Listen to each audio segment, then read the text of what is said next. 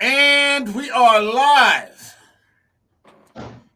So, welcome to episode 113 of An American Werewolf Wow. in New Jersey. I am the American Werewolf. In the house tonight, we've got Radical Rod out there in the left coast out there.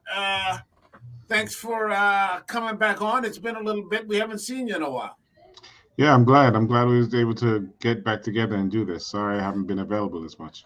No, man. I mean, you always. I'm always flexible to open up a late show for you. So, and we were talking a little bit about before we came on. I had kind of forgotten, and I was like, did I fuck up and like not offer you any shows? And you're like, no, I had picked out the ones I wanted to do a while ago. So there was, knowingly a gap in between the last one that we did, and I can't remember. It might have been 30 Days of Night, which was back in January. Yeah, it's been since Uh, January. Exactly. Yeah. So, oh no, it was The Fly. Oh, it was The Fly. It Yeah, was it The was The Fly, but I Fly. Yeah, still think that was January. yeah. So, I mean, here we are in June now. So it's been a couple of minutes. It's good to have you back, man. Glad to be back. Glad to be back. So, last week I was here with Bill, and we covered the 1954 original Criterion collection of Godzilla. And I was blown away. We had loaded up 4 Godzilla movies to cover over the next 4 weeks.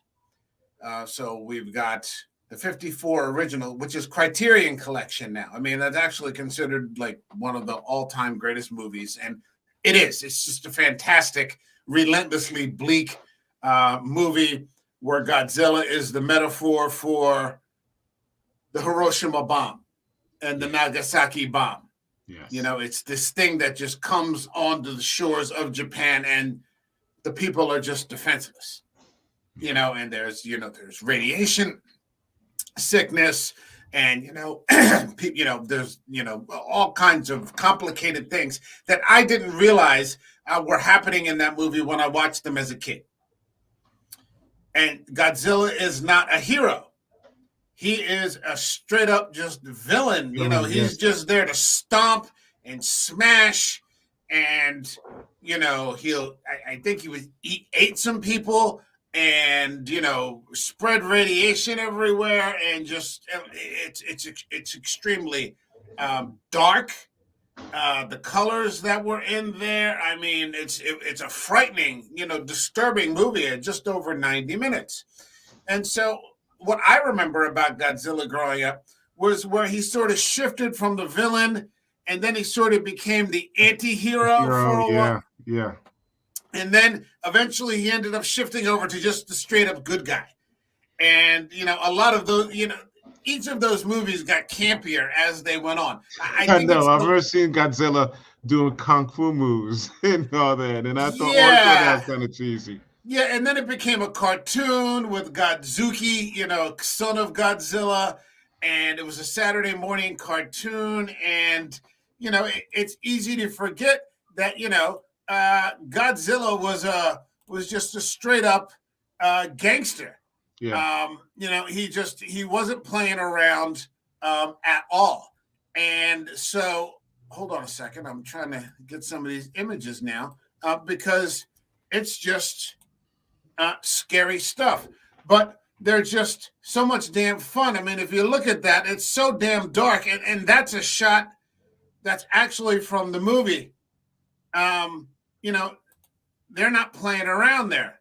Yeah, and sure, it's suitimation, and it's a guy in a suit, but I think that having that suit actually triggers something into your brain that lets you know that that's not CGI.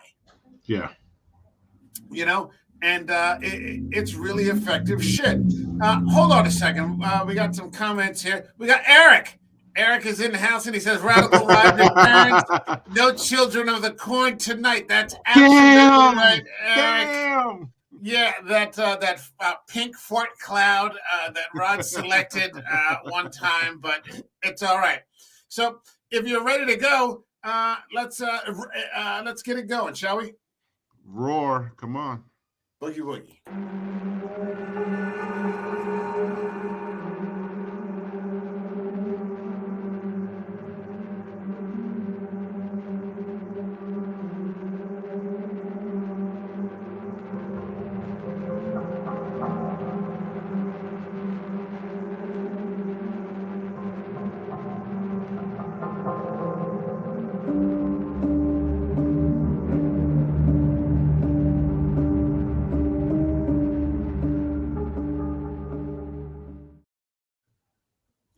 So, long story short, we're no longer talking about 54. We've gone 60 years into the future with America taking the mantle, because we're not going to discuss under any circumstances that Matthew Broderick thing that happened like in the 90s. We're just not doing that. Just skipping it. Yeah, that didn't happen. But we go 60 years into the future, and America decides to take on the Godzilla mantle itself. And, it's America, so they got to do it big, and it's got to be loud, and it's got to be blockbustery. And I thought that I watched it yesterday to prepare for the show. And I just thought it was a great movie. It's fun. I like the cinematography. It had a simple storyline, very simple storyline. I like the creature designs.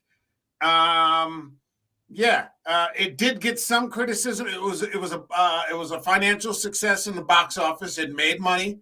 People, still want to see Godzilla, and it was the first in a series of movies that they've done now.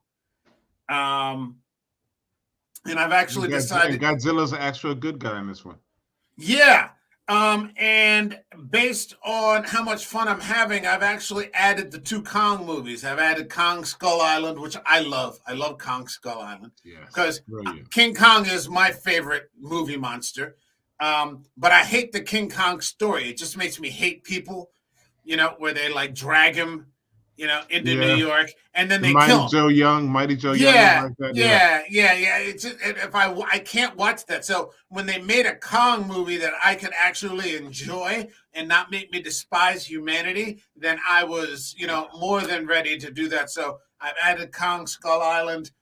We're going to come back to do another Japanese one called Shin Godzilla, which was 2016. I think that's next week. King of the Monsters, the new King of the Monsters, the ones with Rodan and Ghidorah and great movie. Mothra. Yeah, that was a great movie. And then we're going to do Kong versus Godzilla. Because they're just too much. The original. Nothing's going to ever be the original, but yeah. Yeah. I mean, I saw some of that on YouTube the other day, and I remember as a kid thinking that was the greatest movie, and I'm like, holy shit, did I really just think that? I'm like, okay, whatever. It's all good. I'm sticking with it. I'm sticking to it, man. Yeah, there's nothing wrong with that. Maybe one of these days I'll take a look at it again. So, this movie was directed by Gareth Edwards, who actually directed Star Wars, Rogue One. So this guy knows how to make a blockbuster, action-packed, solid movie. What did you think of it? Well, because I sensed some hesitation. I sensed some Roderick, Jean Charles hesitation. I didn't see a lot of enthusiasm for what I was saying there. Well, I mean, I'm an old school Godzilla fan, totally old school Godzilla, where it's about destruction and mayhem and all that stuff. And this one, I thought it was too much about what little plot it had, too charactery. I wanted to see more of the destruction, more of Godzilla coming in. I like the way I like the cinematography and the special effects and the CGI of Godzilla. I was one that's very critical because the Matthew Broderick Godzilla, even though I like the storyline, that Godzilla really just irked me because it didn't look like the original, like what you showed in the beginning. So this one is more towards that version of Godzilla, which I really appreciated, which really liked. The darker sort of thing. Yeah, go ahead. The darker sort of thing, but I'm more of a, like, if I'm going to watch a superhero movie or a monster movie, I want to see the monsters. I want to see the superheroes fight. I want to see the battles. And it didn't really focus that much on that. You see a little, and then when you did see the battles, it was too dark, too dark and smoky, and you couldn't see as much. And I wish there was more of that. But overall, I thought it was a good movie. The plot line was kind of flaky, and it's like Bryan Cranston was great, but you didn't really need his character in there or his wife. Well, it didn't really. Let's get into that. There was criticism for this movie that Godzilla wasn't in it enough. Yes. He wasn't in it enough. People go to a Godzilla movie to see Godzilla. Exactly. So, and you're right, and we'll get into that too. A lot of the battles were sort of snipped. You saw them like in glancing kind of form. They didn't really. I mean, Yes. later on, as we get to the other movies, I think they remedied that. Yeah. By the time you get to King of the Monsters, by the time you get to Kong versus Godzilla, by the time you get to Skull Island, they're just showing all the battles just full force in your face. But for this first one, you're right. It was Gareth Edwards says his inspiration for this was Alien. He said his inspiration for this was Jaws. Yeah. And then Close Encounters of the Third Kind, where there's that sense of anticipation. So that's kind of what he was going for. They drug it out too long. The anticipation of I finally seen Godzilla or seen the fact it wasn't until halfway through the movie where you see the full length of Godzilla. You would see him in the water, you see a leg, you see something here and there, but it wasn't until halfway through the movie where the plot was really dragging that you finally saw. When they finally saw the image of Godzilla, it was a great moment. I kind of like got chills when I finally saw him. But it's like I just wish I had that before. And like I said, you're absolutely right. It took an hour. I looked at the timer when you first see that big leg come down in front of the airport. And it was somewhere between 58 and 63 minutes or 61 minutes or so. It was like right there at the halfway mark. Because this movie is 2 hours and 3 minutes. So it was like right there at the halfway mark where you get your first look at Godzilla. That's a rational criticism. Let's kick it back a little bit though. It starts the movie sort of starts right off. You get right into it.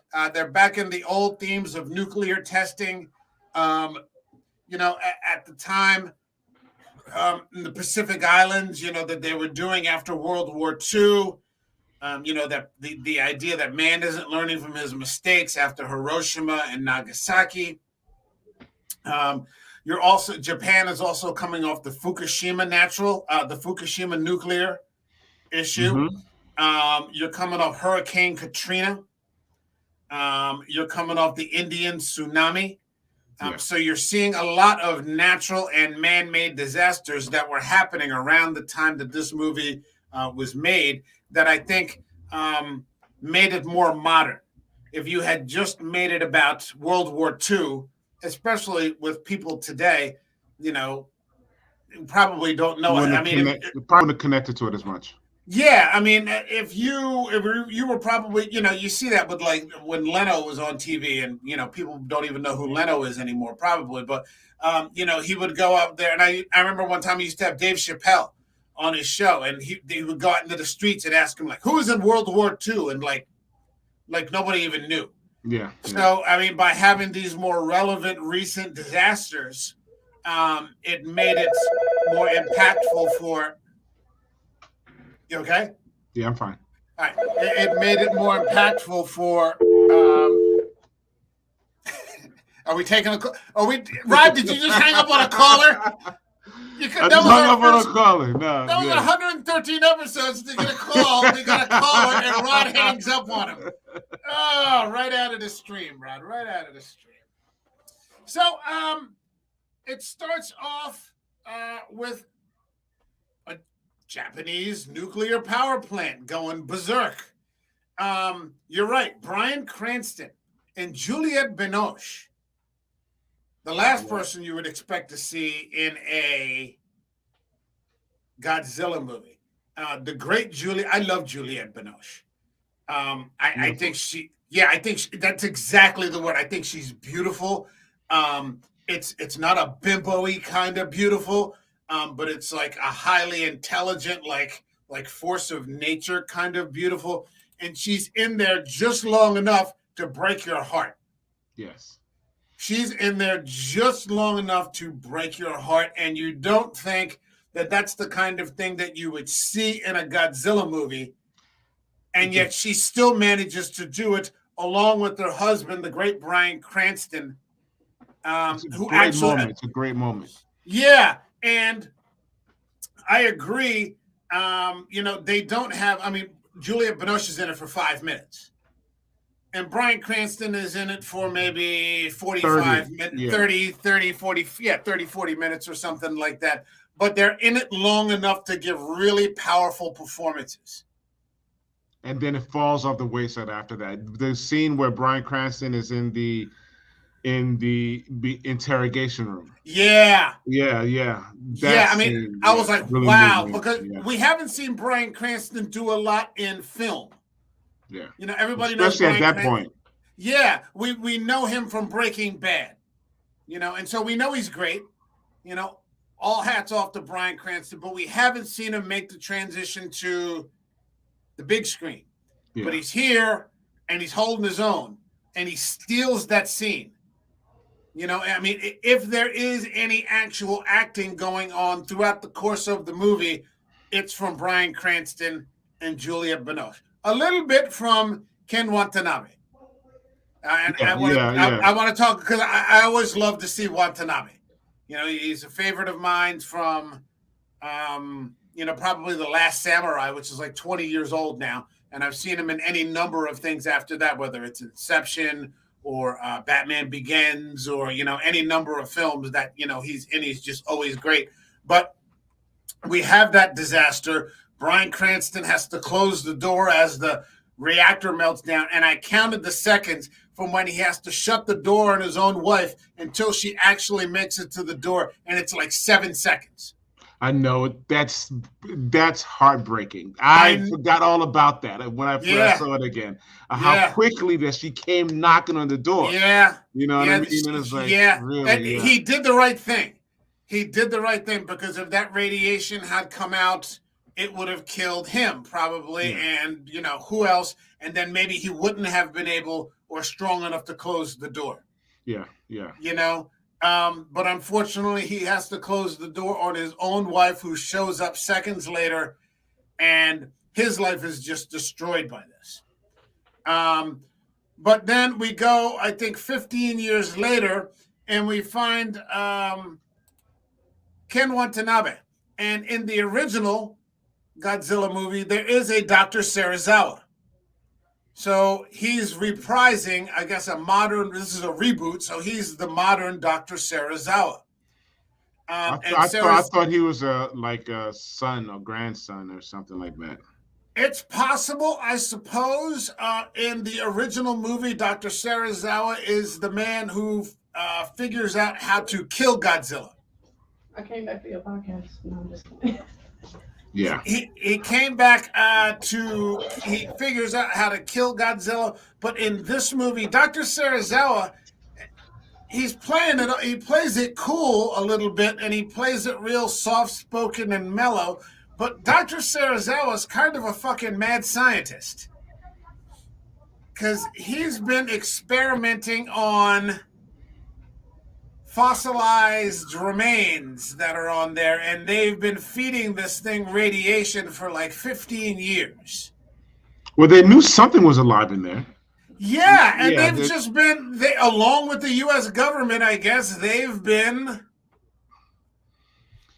incubating this thing like some sort of baby. Yeah. They found a little baby and they're incubating, they're feeding them, which just didn't make sense to me. It's like, why would somebody be stupid enough to do something like that? Dude, it's the U.S. government. Yeah. And trying to weaponize it somehow, probably. If the scientists, I'm sure if they managed to do it successfully, not the way that it turned out, but in the way that they had hoped, I'm sure the government would have been there to try to take it from them. Yeah. To weaponize it. And of course, it just breaks all hell loose because they end up getting something like that. These mutos that are just, I just thought that these were great effects. I know. I love the mixture of a Rodan with frog-like creature or whatever with the legs. It's just It reminded me of something out of Lovecraft. Like some sort of cosmic horror kind of thing, because it doesn't. I mean, you're making these comparisons to different things, but to me, it didn't look like anything I had ever seen before. And it was frightening and it was offsetting. I thought it was great, fantastic creature design, an original monster, which we rarely get nowadays. Yeah, and I think the people that made this movie, really gave a shit. Yeah. Despite maybe Godzilla's I think there was a lot of people against this movie being made, wasn't there?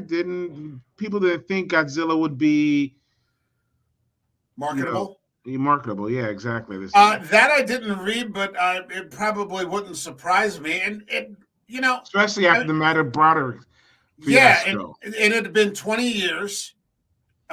Japan was still doing Godzilla movies. Japan, I think, has 3 phases of 3 eras where they've been working on Japan since 54. And then America decides to take it on.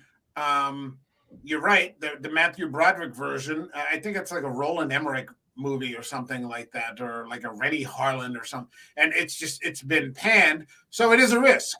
And it costs a great deal of money. I think it was like a couple of $100 million or something to make this movie. Between that and the marketing and all that, and they did end up turning a profit, and now they've made 4 of them, and I think they're going to make another Kong versus Godzilla. Yes, they are. And I don't know. Bill and I were talking about this. I don't know what they're going to do, because the trick with King of the Monsters was that they used all the monsters, like Ghidorah, Rodan, Mothra. Unless they bring Gamera in, I don't think anybody's ready for a flying turtle right now. I mean, I love Gamera. You love kids, man. They just legalized marijuana, so pretty much across the country. So who the hell knows? Someone's gonna pop an edible or something like that. Hey, a flying turtle. Yeah, okay. That's a great fucking idea. I'm a little old for that these days, so I'm not exactly sure, but that doesn't mean that in this movie, these fucking monsters weren't just fucking great. Yeah. Is it exactly the same thing that we saw here? No, not exactly. I mean, you can see the difference in the texture. Yeah. This is a much rougher looking, man in a suit. I mean, that's basically what this is. But I mean, even looking at it now, this hits my brain differently. Yes. As opposed to, that where just everything is just kind of smooth. Yes, I can see what you mean. Yeah, there's a difference. There's a great video that just came out yesterday from the Critical Drinker, and it's called "Why Modern Movies Suck." And basically, he calls it CGI overload. However, for a Godzilla movie, this is what you need. But at that point in time, it wasn't CGI overload when that came. No, because we were about 8 years away from where we are now. Yeah. I mean, in a Godzilla movie, you got to do what you got to do. That said, I mean, the way that things have been going the past several fucking years, if the kaijus make landfall next year in real life, I won't really have been all that surprised. So, if, they just sort of wash up like in Pacific Rim, you heard it here first. But yeah, you were right. When the Muto first appears, there's something that happens where Ford, the soldier, Bryan Cranston's son. And Aaron Taylor Johnson. Where else do you know him from? Because that name is not familiar to me. He looks familiar, but I can't. Honestly, I don't remember him. I just know that I did not like him in this movie. He was so bad, so lifeless, so yeah. Hold on. I'm IMDbing him now. Hold on. Oh no, these are Aaron Taylor. Well, by the time Godzilla shows up, hold on. And, Oh, and he was in Kick Ass. Some movie called Nocturnal Animals. He was in Kick Ass, new movie with Brad Pitt, Bullet Train. Oh, he was oh, in the Netflix movie The Outlaw King. Oh, that's who he was. He was in Age of Ultron. He was Wanda's brother, the one who dies. Age of Ultron. Oh, The Avengers. yeah. Yeah, Oh, yeah, that's okay. The one yeah. that died. Okay, all right. Yeah, he gets shot. He gets shot at the end of the movie. Yeah, he's okay. But when the Muto first appears, he puts that gas mask on, and it immediately begins what happens throughout the rest of the movie. It narrows the view, so you're only getting a glimpse of the action. Yeah. You know, It- so That's why I yeah, said there's not much action at all. You don't see it. They give you snippets, yeah, and and I it don't. doesn't really work. It doesn't really work. Yeah, like you go from the wide shot, where you can see everything, to suddenly he's got this mask on, and I can only see what's like going on between the space of my hands. Yeah. And then it's over. Bryan Cranston gets killed. I like the shot where you see that monster grab the wires. You see his nails and kind of pull it down, kind of creating this whole he's about to escape and get out of there. Yeah. Yeah. And and the people that are going down into the cliff, Yes. they're sliding down in the equipment. They can't get out of the equipment as it's going back into the ravine. The people that are just getting knocked over the bridges and getting stomped on, getting smushed. Yeah. You see Bryan Cranston just get smashed off that bridge. Yeah. Off that railway. He ends up dying. I was so mad they killed him off. I was so mad they killed him off. It would have been, and no disrespect to Aaron Taylor Johnson, but it would have been cool if it had just been Bryan Cranston and Watanabe. Yes, trying to. I would have liked to see. Now maybe that's just the old people in us. We want to see, but I mean, I want to see the best possible actors. Yeah. I'm not complaining about the movie. I own the movie on Blu-ray, but in a perfect world, if I had been writing it, you'd have found somewhere that kept him. Yeah, or he would have been in there. He would have gotten arrested in Japan, and then the Muto would have gotten loose. And then instead of having to depend on Ford, he would have had to depend on Bryan Cranston, Watanabe.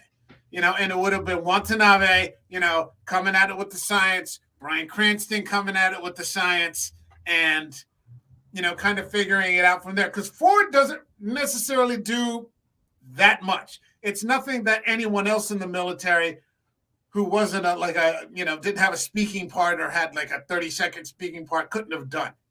Yeah. It wasn't much to it. No, you sort of get invested in Ford because he's trying to get back to his family. And his wife is Elizabeth Olsen. Mm-hmm. This was, Age of Ultron time. She's Wanda Maximoff. There you go. Wanda and Pietro Maximoff. This time they're married. So that's a little incestuous, but they were okay. They were okay. See, that's the thing. I mean, you know why the son was there. You know why Ford was there, and it's a coincidence that every place he ends up is just a coincidence that he is just there and a part of it. He had no real connection to this whole thing besides with Bryan Cranston. That's why it would have made more sense for Bryan Cranston to be in this, because this essentially was what killed his wife.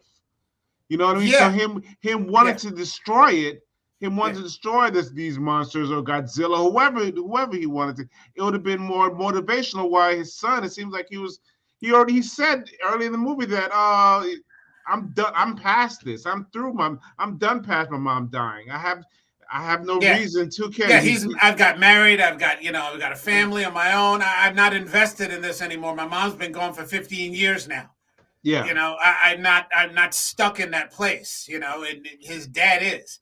So So it would have yeah, been cool if he was stuck in that place. It would have been gave him more motivation, gave him more of a drive in this whole thing. He gets a little bit of a drive when his father dies because he realizes that his father wasn't just crazy.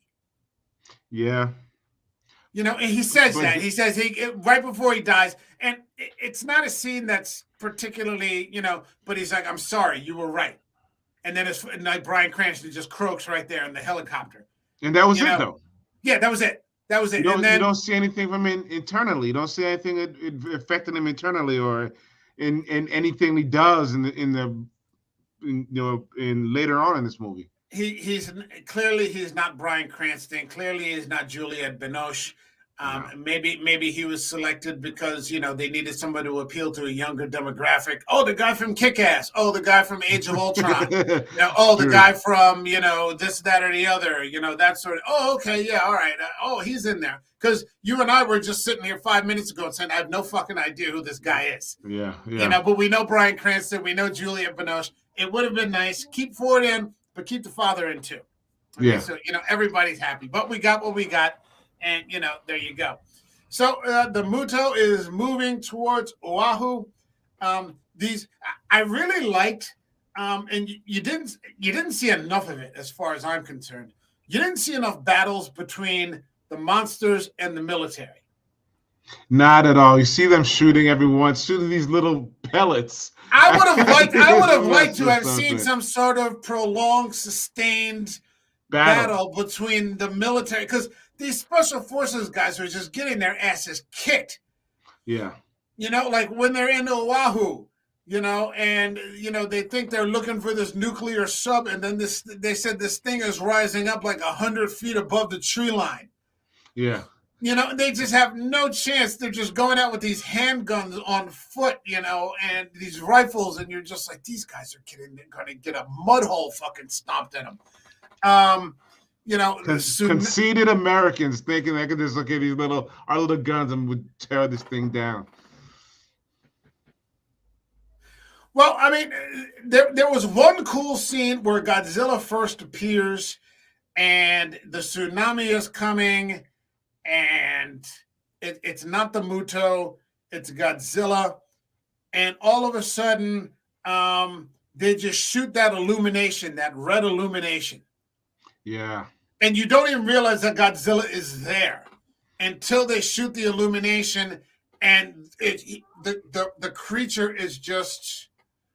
I thought it was pretty damn good. This isn't that shot, but that's a pretty impressive picture Godzilla. Of the creature, yeah. Yeah, that's when they showed the Godzilla, when they showed these little moments of bringing out the creatures or Godzilla. They were brilliant and great shots. I would have been happy to see a bunch of shots like that throughout the whole movie. You know what I mean? Yeah. But everything else, all the cushion in between is what ruined it for me. I understand.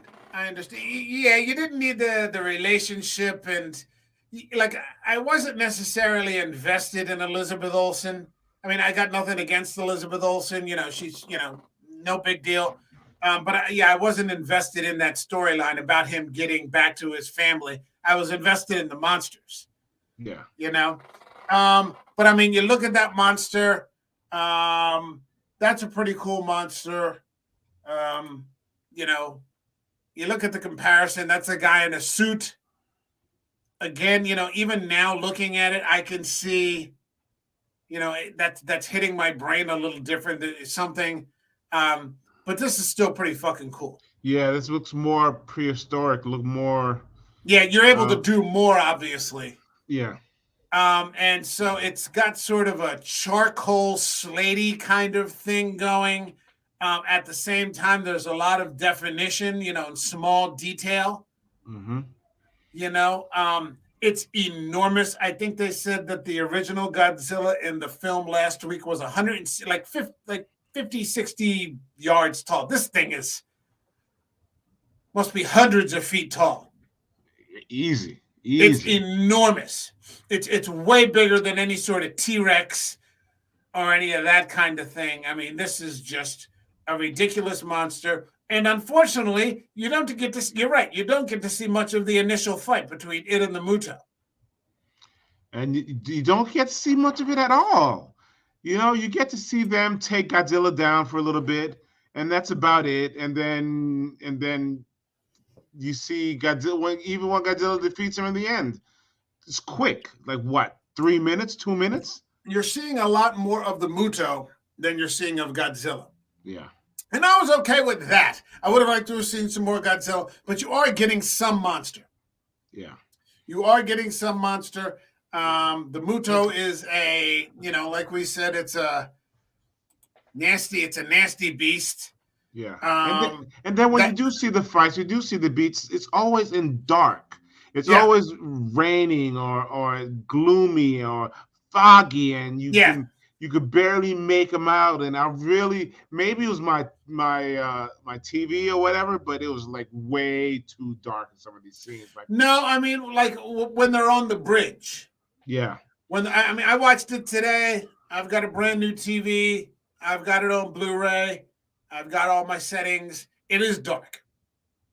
Yeah. It is dark. You could and I think that's part of what the director was going for. This sort of bleak, dark sort of thing where, a lot of it just isn't happening in broad daylight. The second movie, by the time they get to King of the Monsters, not the case. A lot of those fights are happening in broad daylight. They're happening. You don't get sunlight until the end. After everything is clear, everything is done. Yeah, it's almost like a horror. It's almost like a horror movie. Yeah. This Godzilla, it's a good guy. Godzilla is clearly the good guy here. He won't engage with humans. Like the Muto is just smashing everything, eating people, killing people, left, right, just rampaging. Godzilla will actually stop before it collides with a ship and goes under it. Yeah. Even though Godzilla is doing his duty to balance out nature, he's still a monster. He's still, I don't know. Sometimes I think they make him too nice. Not even too nice. It's too humane. This Godzilla is considered, and Serizawa says this, and I think his assistant is considered almost a god. So I was looking at it from a perspective of, this is like him stomping humans would be the equivalent of one of us kicking a puppy. You just don't do it. Like you could do it, but there's no point. It's not even worth engaging in. Hold on a second. We got a comment. Hey man, the harsh truth, stop it in there. Thanks for stopping by, man. Appreciate it. We're talking some kaijus and the King of the Monsters. Good times. So this Godzilla, it lets the Navy follow it everywhere. It's like a big brother. Or it's like, some sort of crazy big brother, there's no menace to people from Godzilla, whereas in that first movie, that Godzilla was out for blood, man. It was stomping on everybody. And didn't give a heck. Yeah, it didn't give a rat's ass. That thing was there to stomp a mud hole in you and destroy cities and break through whatever you could think of to, get in its way. It just wasn't having it. This guy, he's 10 times as big, and probably 10 times nicer. Yeah.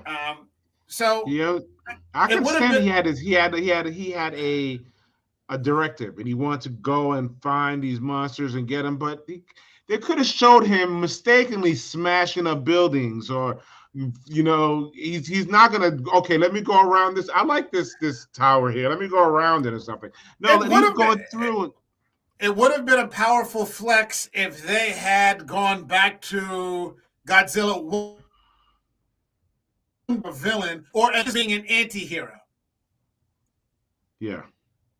Did you get that? No, I'm sorry. You froze there for a while. Yeah.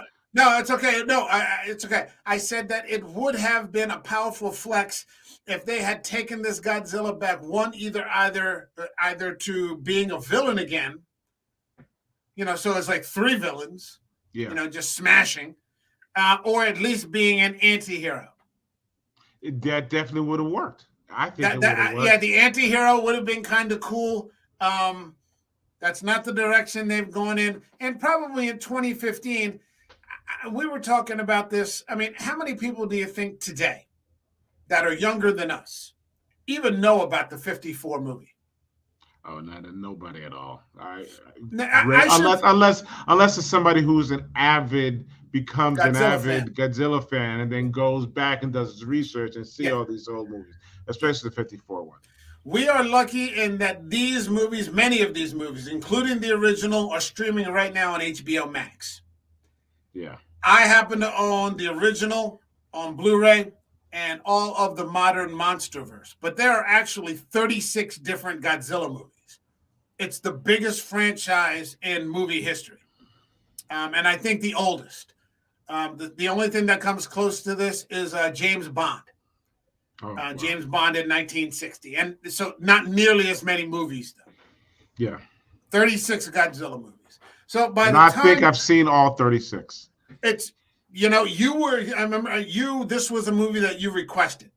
Yes. So people don't just, hey, give me that Godzilla movie. So I assume that people like you and Bill and me, that think about Godzilla are default Godzilla fans. Saturday mornings, man, when we were kids, on the summers, there was always on Godzilla movies, all the different ones on TV. Yeah, man.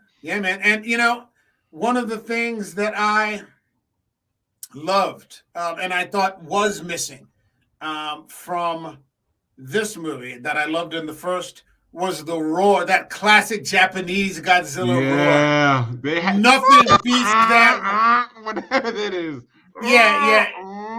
Yeah, and nothing beats that. Nothing beats that. And they had it once when they first introduced them. You heard it a little bit, but then something very similar. But they decided to make it distinctive, and I'm appreciative of this movie. Like I said, I've got it on Blu-ray. I'm proud to have it. That's why I watched it today. I was like, well, I'm not even going to go streaming. I paid my money for the Blu-ray. Let me get something out of it and watch it today. But yeah, nothing beats that classic Japanese. And they're still making Japanese Godzilla movies. Yes.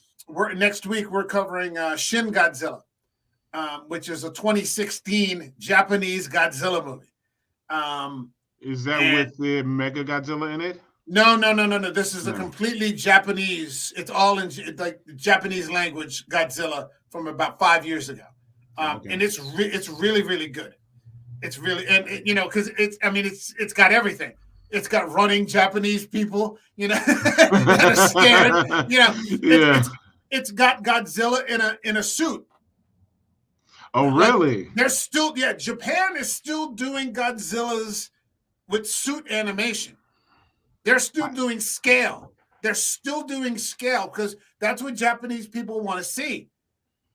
I'm sure they're very appreciative of, whatever America's doing, bringing their folklore, into the world, although, they've done it 60 years before that. But they're sticking with what works.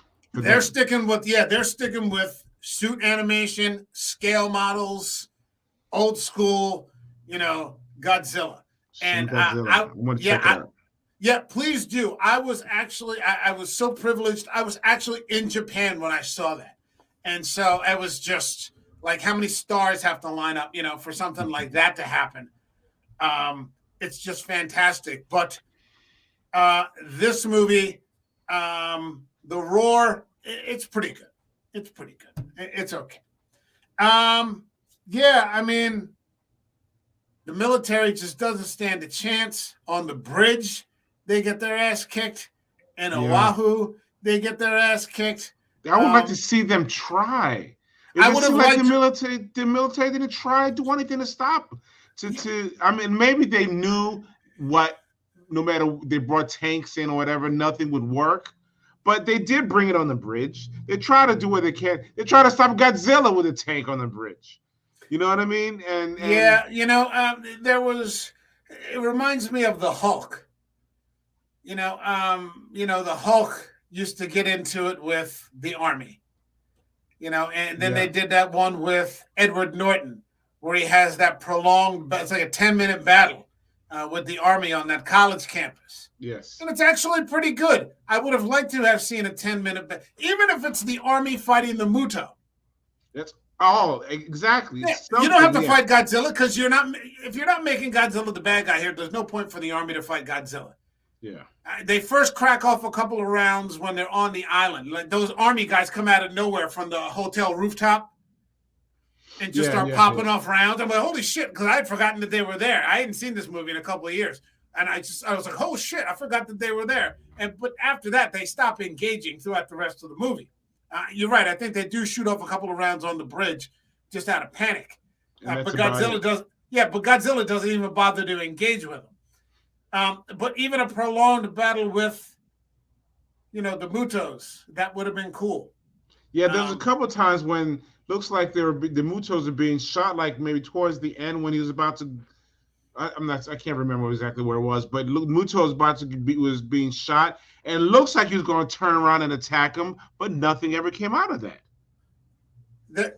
The final scene, I mean, because all right, so we have one battle at the hotel, no battle really at the bridge. There's only two battles.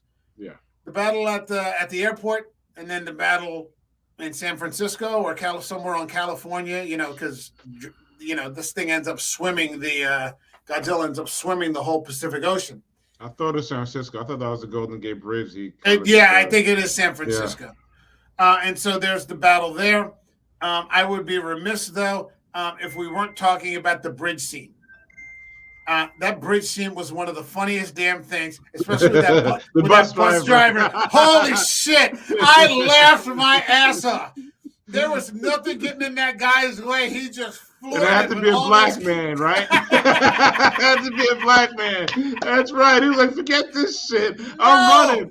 I don't know what you guys are sitting here, but I'm taking off. I'm not standing in no roadblock. You just see his foot go all the way down to the floor, and all those kids go flying into the back, because he just floors it. They all get whiplash, and he's just zooming through until that one, pillar falls directly in front of him, and then he has to stop, and then they come back to him somehow 60 seconds later, and somehow it clears and he gets away. Right, he gets exactly. He's like the only person that gets away, and I just thought that was great. Because Ford's son was on the bus. Right. That's why he needed to get away, and so maybe showed him to get away. So. It wasn't because of Ford's son; it was because of that damn bus driver. That's why they got away. That's some bullshit. Oh man, that was just great. I hadn't seen that in a long time either. And the minute I saw that, I'm like, oh, it's this guy again. I haven't seen this in years. I'm like, this is hysterical. It was funny. Oh shit. He just took off. Yeah. I'm getting off topic here for a minute, but that's the new Jordan Peele movie's coming out. Supposedly, Nope. Nope. I just love that title. I love that title. Supposedly, they're dismissing all the typical horror cliches. That's what I've heard. I don't know if it's true or not. That's not confirmed because they're really tight-lipped about what it's about. But supposedly the premise is that all the typical horror cliches, people splitting up, whatever. He's ignoring all of those. So with a predominantly black cast. Because here people say black people would never split up, and that's what happens in every horror movie. Like, we're going to split up, and you go this way, and I'm going to go here, and I'll meet you back, and everybody dies. So I've heard that phrase from a lot of my black friends. Nope. Yeah. Nope. Nope. Not me. Nope. Not me. Just that right there. When I first saw it, I'm like, I had to see it. It's because of that. Yeah. I remember many years ago when I was teaching over at AC High. we would occasionally show a scary movie like for Halloween, and it would be like The Others or something like that. Nothing, gory or anything like that. It was like PG-13 movie or something like that. And we had this guy, Joe Harper Powell, and big black guy. He was huge. He was like 16 years old, and he was almost as big as I was already. And I was like, Joe, why don't you go live in that house, with the haunted house with Nicole Kidman? He's like, nope. Exactly. Nope. Hey, real calm. Nope. I ain't going. I ain't going in there. So, that bus driver may have been the only person who got people out of there alive, because I think the whole bridge ends up getting smashed. Yes. And then the final battle engages, and I really thought that, how can I put this? I really thought that. I thought this is what I've been waiting for. Yeah. And it was kind of disappointing because, one, I couldn't see it because it's too dark. And I mean, they do that one thing where they do the halo drop. Yes. And and I thought that this was a great shot. Though I just thought it was a beautiful shot, where he drops. I guess it's Ford. He drops down into the middle of the fight. Yeah. But the view is go right by Godzilla's eye. That was a great shot. Yeah. Yeah. That was just I was like, I remember the first time I saw that because I saw this in the theater, and for me, war movies, science fiction like this, westerns have to be seen on the big screen. They don't make westerns anymore, but if they did, I would go see it on the big screen. And I remember seeing this on the big screen, and I'm like, holy shit, he's dropping down like right into the middle of the fight, and he goes right past his face. And like, he's so small, Godzilla doesn't even notice, and I'm like, wow, that's a great fucking shot. But again, it's so narrow. Yeah. The point of view is just so small, that you're seeing very, very little. You see partial of Godzilla's head and his eye. And his eye looking straight on, and him just going down by it. Yeah, it is very narrow shot. Or it's like in this where he's like coming out of the fog, like you said. Yes. And then you glance at it, and they cut to something else, which is frustrating. When Elizabeth Olsen is running into the train station, the subway. Yeah, the subway. They're going down to the subway hideout. She looks, and the Muto's on one side, and I think this is actually the shot from the other side. Yes. But then you don't see the fight. That's what I'm saying. You don't see enough of the fight at all. You see them attack Godzilla from each end when all three of them were fighting. But you really don't see, you see movements and what they're doing, but you really don't see anything.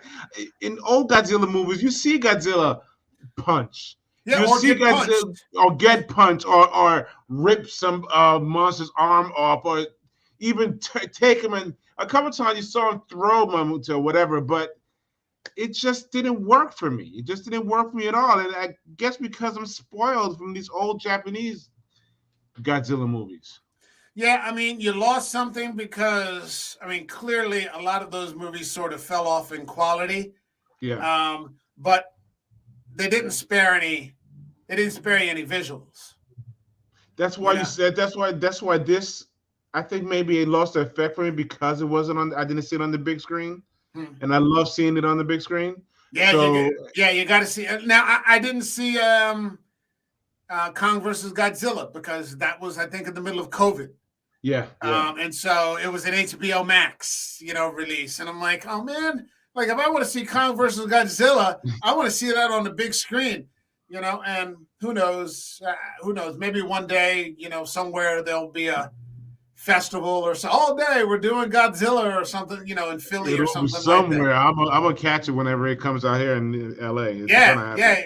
You need to see, or they got the new one coming.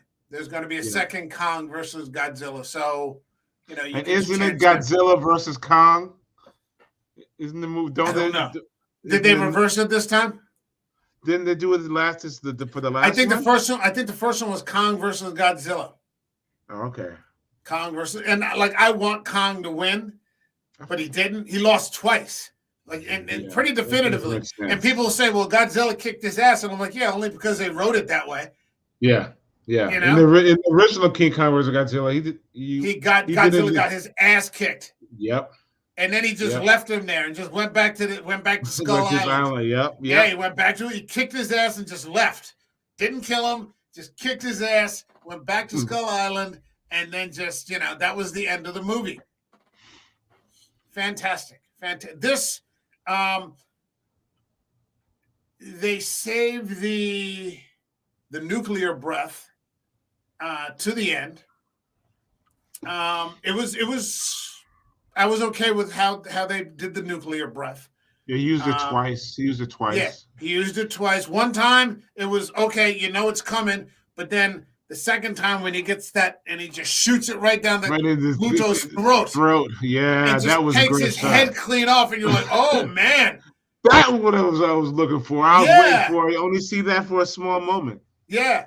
Or he finally uses his tail and smashes that smaller one right into the building and kills it. Yeah. He swats it like it's a giant fly swatter. Like his tail is just a giant fly swatter. He just smashes that one.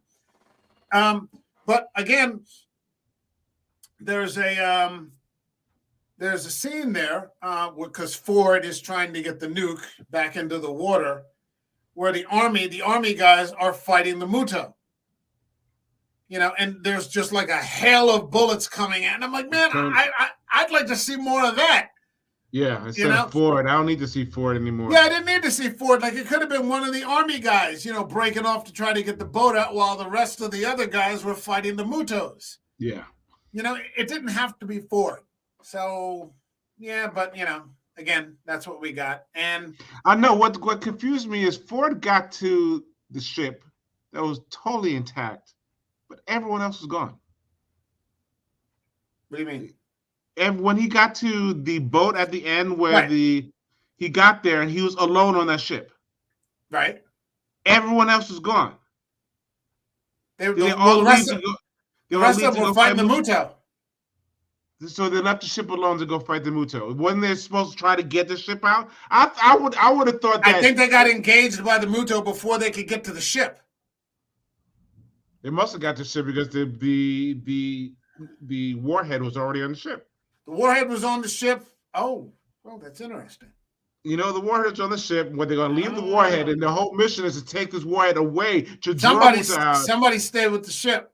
Exactly. Somebody stay with the ship. Try to get it out while we try to keep Muto off. You know what I mean? Yeah. Yeah. Oh, yeah. That's a great point. Oh, Rod, you caught a flaw. Yeah. We're calling Gareth Edwards right now. Step off, Gareth. Come on, man. What's up? Yeah, what happened? No, yeah, exactly. What the fuck? Caught a plot hole in your shit. It happens. Well, yeah, it happens. It happens. And who knows? There's probably some edit out there that patches, but I don't think this is ever going to be a movie that gets a director's cut. It's not that big of a flick, and it's only that and Ridley Scott movies when he does the art movies like Robin Hood or like Kingdom of Heaven that you end up getting director's cuts. So I think you just you caught something that's never going to be fixed up. I wouldn't have caught it. I didn't catch it the first time around, but no, this is like the third time I've seen it. I didn't catch that either. Shit, good for you. Like, how's he on there by himself? Where's everybody else? But okay. Well, Godzilla saves the day. Ford saves the day. He gets the ship out. Maybe would it have been cooler if Ford had died? It would have made a difference to me. Yeah, I'm thinking the same. I'm sort of. Yeah, I don't think it would have improved the movie. Not at all. It wouldn't have made it better, and it wouldn't have made it worse. I didn't have any type of emotional investment into Ford's character. Yeah, he wasn't. I think it was designed that way. It's just kind of a throw-in character. Yeah. He was lucky to be there. He was just a coincidence that he was the only one that could work the nuke. He was lucky that he was there. I don't know if this guy is actually a good actor, You know, I don't think that he had any scenes that were written in that were, giving him this ability to show this great acting ability, because he might be a great performer. Sometimes you're limited by the script. Yeah. You'd know more about that than I would. Yeah. There's a lot of. He could have did more of the phone scene. Yeah. Talking to his wife on the phone. Yeah. And he's ball into her. Yeah, she's got a little range. She's got a little range. Yeah. She's not Juliette Binoche, but she's got a little range. Him, it's flat. It's a little flat. His expression never changes. Yes, that's what it is throughout the whole movie. It's kind of wooden. It's like one of those old school Keanu Reeves thing. Yeah. Now Keanu, I think over time, over 30 years, has modified his style, a little bit. He's still got that deadpan kind of delivery, but I think he takes roles that don't accentuate it in such a negative way. He's found the roles that are right for him in that kind of style. This guy reminded me of that a little bit, except a lot more forgettable. Like, you enjoyed seeing Keanu Reeves movies, even when they were bad back then. Yes, yeah. All right, I'm going to watch some fucking except for that Dracula movie. We're going to watch some fucking Keanu and, just, yeah, dude, and we would do that. Exactly. We would do that for like the next 2 days, dude. I saw you in the hallway, dude, that kind of thing. This was a little more forgettable. Hold on a second. We got the harsh truth. Really enjoyed the last couple of Godzilla movies. So they'll come out with another one soon. Yeah, man. We were just talking about that. There's going to be another Kong versus Godzilla. We don't know what the premise is going to be. We were just saying that we think they've killed off all the monsters. So I don't know who else they're going to throw in there. Bill was speculating it might be another mecha, some sort of mecha movie, and I really hope it's not that flying turtle, because I'm not up for any flying turtles. I love Gamera. He loves kids. That's what I love about Gamera. He loves kids. See, this is how Godzilla got turned into, and so I mean, maybe it would have been better if they had turned him into an anti-hero. But I think when most people think of Godzilla, they don't think of straight villain. You know. Well, he was originally a villain. Yeah. And King Kong was a hero, and then they kept on making Godzilla movies. Like you said, they made him softer and softer and softer. Right? Next thing you know, he's playing with kids, and he has his own son trying to teach him how to breathe fire and shit. Yeah, and didn't the son speak English or something like that? And he somehow has some power to shrink, and he shrunk himself to human size or something like that. Yeah. Yeah, I think only an 8-year-old. I couldn't, because I think Bengal has them all on like Blu-ray or DVD. He's like that and Planet of the Apes. Those are like his two things. This, I mean, I'm a fan. I don't know that I would collect all of them like he has. I've got that original. I really wouldn't mind the second one necessarily, and then I could probably leave it alone. I've got Shin on Blu-ray, which we're going to cover next week, and I haven't seen that in several years, so I'm looking forward to watching that. I mean, there's a lot of great Godzilla movies. Godzilla versus Rodan, Mecha Godzilla, the whole storyline, the one with Mothra and all them with many of these movies right now, and I'm saying this, are playing right now on HBO Max. I think I'm going to have a Godzilla day. There's probably 6 to 10 Godzilla movies, and I'd say half of them are the old ones. You can watch the original one. I spent my childhood watching either Godzilla movies or Kung Fu flicks. We were talking about that, and I was saying that kids today have no idea how great Saturday mornings used to be. Saturday morning was like Christmas. Yes. Every Saturday morning. You had the absolute best cartoons. And then when they're done, you watch these movies that came on. If I watch Challenge of the Super Friends or the Justice League cartoon, that's usually better than the comic book movies that I'm watching now. Yes. Then, you stayed there. Maybe you went outside for a couple of hours. And then you could come back for, and you were a North Jersey guy, so I don't know if you had this. We had Creature double feature. Yeah, Creature double feature. Yep. Creature double feature. It came on 3 and 5 because I remember it's the cartoons were over around 12. You check your TV guide, see what time they came on, and then you went out, played, and came back to watch it around Creature 3. double feature, and then by the time we got to high school, for us in the South Jersey area, creature movies had moved to nighttime because we had a woman called Stella, and she was like the local Elvira. Really? You know, like the local busty, sort of horror mistress. Her name was Stella. And so those movies started at like 11:30 at night. So what replaced Creature double feature was Black Belt Theater.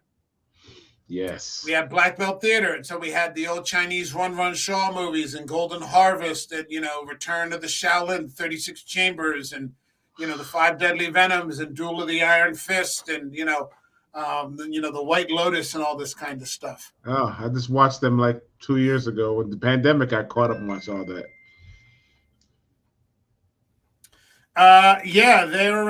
They're pretty damn good. I would like to see the next villain monster be created by man, kind of like Jurassic Park. I think they could control it to fight Godzilla, but they can't. Maybe. I personally have like less than zero interest in seeing that new Jurassic Park movie. I can't wait to save my money. That's kind of how I feel about it.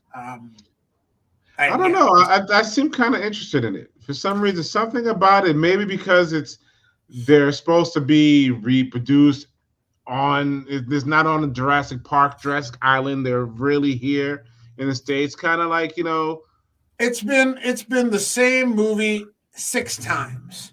Somebody creates dinosaurs escape. Well, dinosaurs it's the same movie every time on North America now. People like what they like. It's all good, but I mean, I'm not going to catch that one. I will go to see the next Godzilla movie, of course. Oh, I see every one of them. Yeah, I'm going to see that. So that's something to look forward to. I can't wait. Maybe in the next 2 years or something like that. Who knows? So this movie comes to a close. I'd recommend it. It's a fun movie to watch. Yes. It's not the best movie. It's not the best Godzilla movie, but it's pretty damn good. You can tell everybody gave a shit. If you could get Julia Binoche to star in a Godzilla movie, that's saying something. She's in it for 5 minutes. She steals every scene. Bryan Cranston's in it for 30 minutes. He's fantastic. Ken Watanabe as Sarazawa, working for the Monarch organ. They're bringing. I like that they did that tribute to the Monarch organization. Yes. By the time we get to Kong and Skull Island, they're backtracking to the Vietnam era. And John Goodman is the Monarch rep. So that's been consistent through the mythology, the Godzilla mythology. The creature designs are good. The battles could be better. And I didn't really care for the Ford L and, kid sort of storyline, but it's not a bad movie. Overall, it's enjoyable to watch. It's something that... If you get a chance to watch it on stream, I mean, I actually own it on Blu-ray, so I'm sure you could probably pick up a cheap Blu-ray for $5 somewhere. It's not, some top-of-the-line thing. I would advise you to do it. I wouldn't see the loss. It's a good thing. Do you think we missed anything? No. I think we covered covered it pretty well. Yeah, I think so too. All right, let's bring this to a close then. My thanks to Radical Rod in the house tonight. First time in a long time. First time in too long. Thank you. Thank you for coming on. Always a pleasure, bro. Rod will be back with us tomorrow. Rod's on double duty as we get into 1992's Clive Barker classic, Candyman. I love Clive Barker. I love Tony Todd. And I sure as hell love Virginia Madsen. So you put all 3 of those people together, and I'm there. We'll be back tomorrow night, same time, 10 p.m. because Rod's out there in California, out in LA. So we make a little bit of an adjustment for time's sake. And I can't wait to get into that. I'm actually going to watch it tomorrow. And you know what I might actually do? Like the show's at like 10. I might actually watch that at like 8. And then just go right into the show, ready to talk about some Candyman. So my thanks once again to you, man. Stick around after the outro. I want to talk to you for a little bit. No problem. And for the rest of you, have a good night. Thanks for stopping into the show. And we'll see you tomorrow. Peace.